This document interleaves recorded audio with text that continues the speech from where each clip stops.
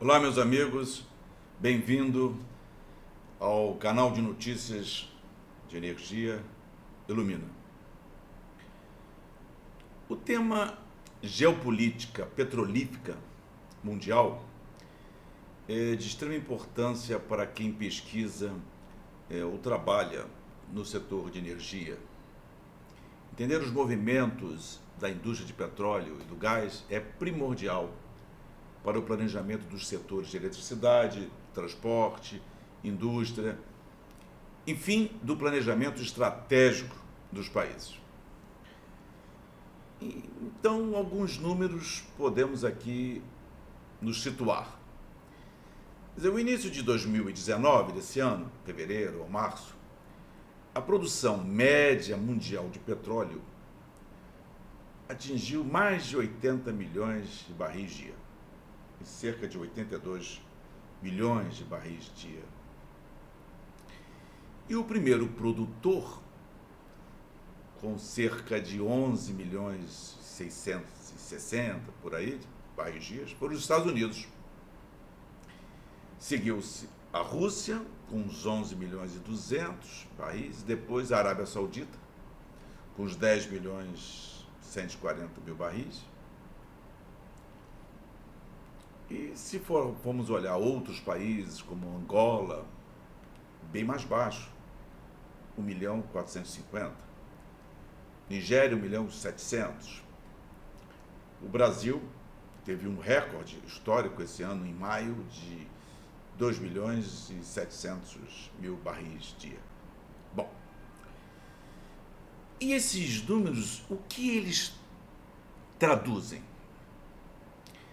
Bom, importante é a passagem dos Estados Unidos para o primeiro lugar na produção do óleo, né? E isso deveu-se essencialmente à chamada Shale Revolution. Todos que transitam na área de petróleo sabem a revolução do shale oil, shale gas, um avanço decisivo na tecnologia de exploração petrolífica através de dois processos operacionais, a perfuração horizontal, directional drilling, e a chamada fracking, quer dizer, a fratura hidráulica. Essa tecnologia permitiu a extração de hidrocarbonetos líquidos e gasosos do subsolo, certamente, a partir dos xistos argilosos.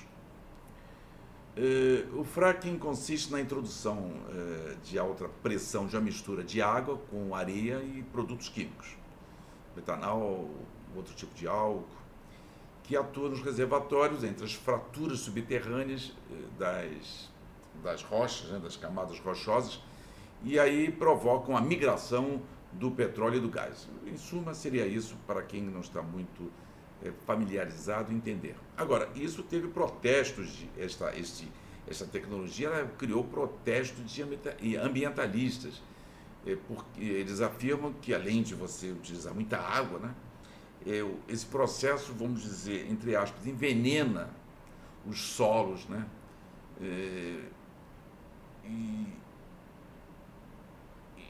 Com essas substâncias todas. Mas a verdade é que, em 2010, a produção americana era em torno de 5 milhões e 500, e dobrou praticamente com esses números que nós vimos. Bom, o que resulta disso tudo? Um novo panorama de redistribuição, o que resultou, né, um novo panorama de redistribuição de custos e ganhos econômicos. E, sobretudo, poderes, quer dizer, a nova redistribuição de poderes, influência política e geopolítica. Todos nós sabemos que o petróleo é o elemento de guerras, de guerras entre os países, né?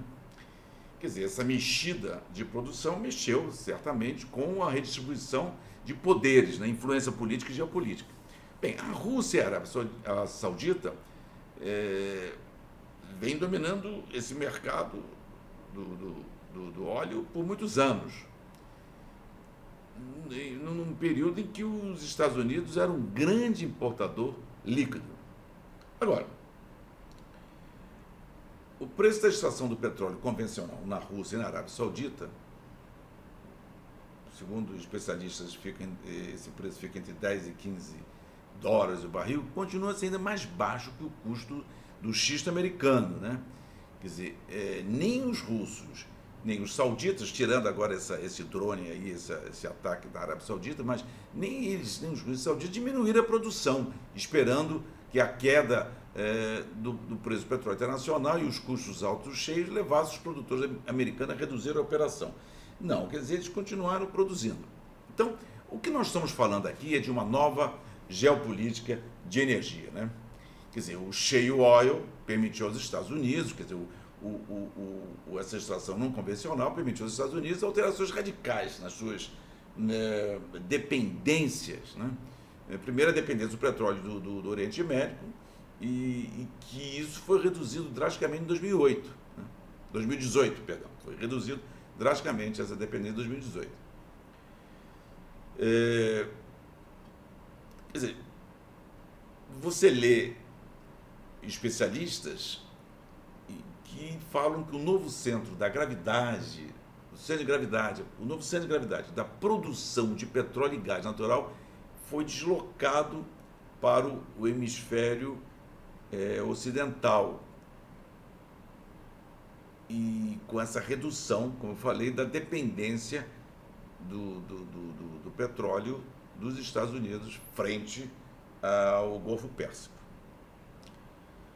E aí esses especialistas falam que esse eixo ele está entre os Estados Unidos, Canadá e México. Também, por outro lado, quer dizer, o conjunto de produtores localizados lá no Golfo do México e também no offshore africano diminuiu também um pouco essa forte hegemonia da OPEP em fixação dos preços, né? Quer dizer, o grande cliente hoje do petróleo do Oriente Médio sobretudo, a China, quer dizer, aquele eixo ali, Ásia-Pacífico.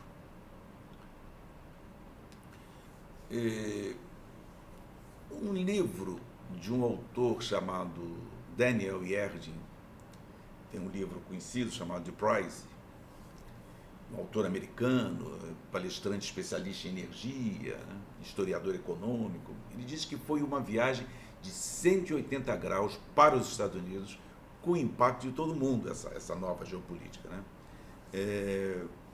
Essa virada não só contribuiu para a segurança energética dos Estados Unidos, mas também para a segurança energética mundial, trazendo novos caminhos, novos rumos, né? A segurança energética continua sendo um ponto importante da estratégia dos países, né?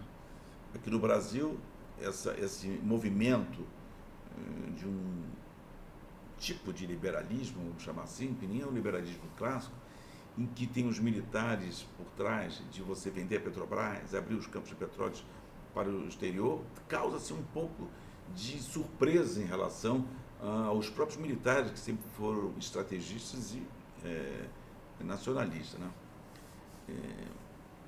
Agora, você tem também analistas que dizem que põem em dúvida a sustentabilidade a longo prazo dessa produção do shale oil norte-americano.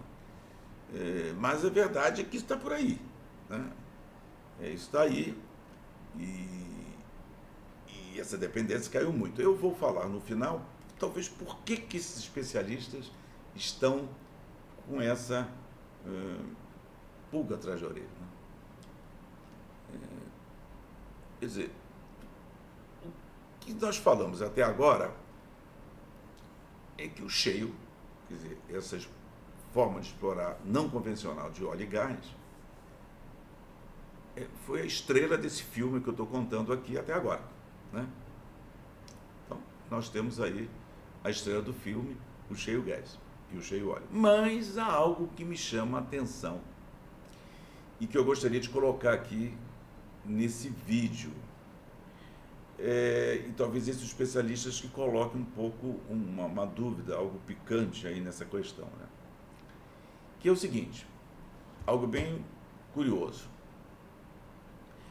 Um ex-CEO de uma empresa de perfuração, que é EQT Corporation, que é uma empresa que atua na exploração de hidrocarboneto, transporte de dutos, lá na Pensilvânia, sitiada em Pittsburgh, e é uma das maiores produtoras de gás natural, lá numa bacia americana lá chamada dos Apalaches. Esse CEO, chamado Steve, é um nome estranho para nós, Steve Strolterbeck, Steve Strolterbeck, nome enorme, vamos falar aqui de Steve. Ele esteve no comando até ano passado dessa EQT. E ele foi numa conferência importante lá em Pittsburgh, da indústria petroquímica, em junho desse ano, e falou que algo sobre essa perfuração, o fracking de gás, de xisto, que deixou a plateia mudo. E isso foi divulgado entre os investidores de petróleo e gás do mundo todo. E aí, pesquisando, comecei a ler que havia uma grande discussão em função disso, né? Mas o que ele disse? Que deixou todo mundo perplexo. Ele disse o seguinte: a revolução do gás de xisto foi um desastre para o investidor desse setor. Com poucas exceções, disse ele. Tem umas exceções, deve listar as exceções e tal. Ele disse o seguinte ainda, se você ler a fala: de fato, não conheço outro caso de uma mudança tecnológica disruptiva desta monta que causou tanto dano à indústria como cheio.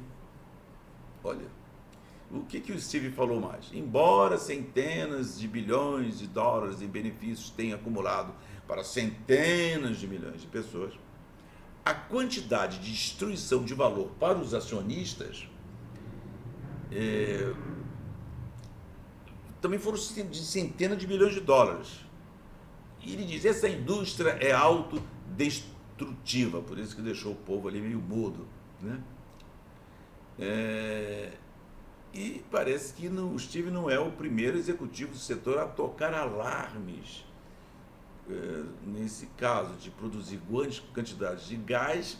É uma indústria que produz o shale gas, mas se gasta muito dinheiro, gasta-se muito dinheiro, mais dinheiro do que se pode ganhar com a venda desse gás, né?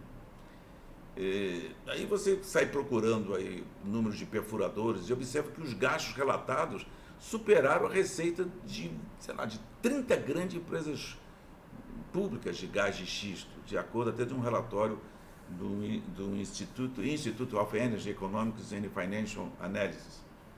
Isso foi em março de 2019. Ele diz, uma lista lá, que 30 grandes empresas públicas, os gastos superaram as receitas, né?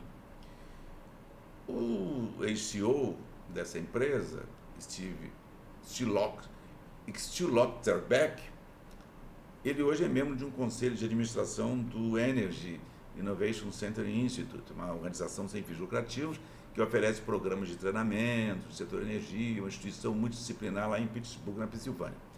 Agora, esse CEO disse também que os avanços tecnológicos desenvolvidos pela indústria foram a arma do seu próprio suicídio, referindo-se aos impactos financeiros da perfuração, certamente do gás de xisto, nos perfuradores lá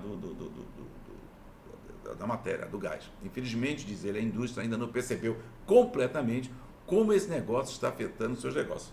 Ele deixou de ser o CEO da empresa, então era um homem de extremamente importância, de entendimento do negócio do shale gas, né? E falou de falências, você vê em relatórios também falências de várias empresas de IP envolvendo bilhões de dólares com dívidas, né? Bom, Steve falou que quase todo americano se beneficiou de gás de xisto, com uma grande exceção. E qual foi a grande exceção? Os investidores em gás de xisto, né?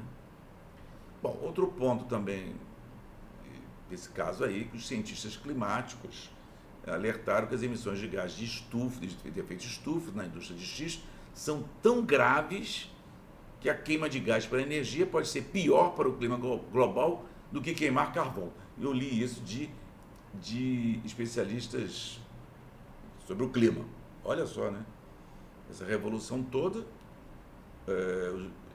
os investidores vão ter prejuízos e os ambientalistas dizendo que ainda vai ser pior do que queimar carvão, tanto dano que vai fazer a tecnologia do fracking. Enfim, é isso que eu queria dizer. Então, vale conferir e acompanhar como a revolução do óleo e gás de xisto vai continuar o seu caminho, vai continuar sendo a estrela desse filme, do assunto, né? Quer dizer, continuar com uma grande tecnologia disruptiva da indústria do óleo e de gás no mundo, mas que trouxe prejuízos aos investidores. Muito obrigado, e essa foi a gravação dessa semana do nosso canal Ilumina. Um abraço para todos.